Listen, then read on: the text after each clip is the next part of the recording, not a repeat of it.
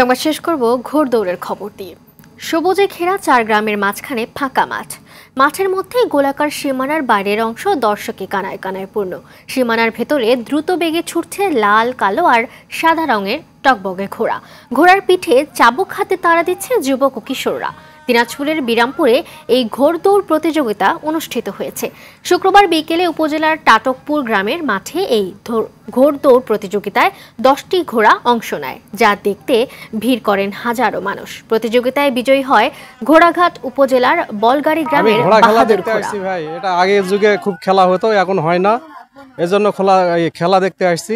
দেশীয় খেলা বা ঐতিহ্যগুলো ছিল, সেগুলোকে আমরা বাঁচায় রাখে দেশীয় সাংস্কৃতিক চর্চার মাধ্যমে ছেলেপেলেরা সুস্থ বিনোদন চর্চার একটা পরিবেশ তৈরি হয়।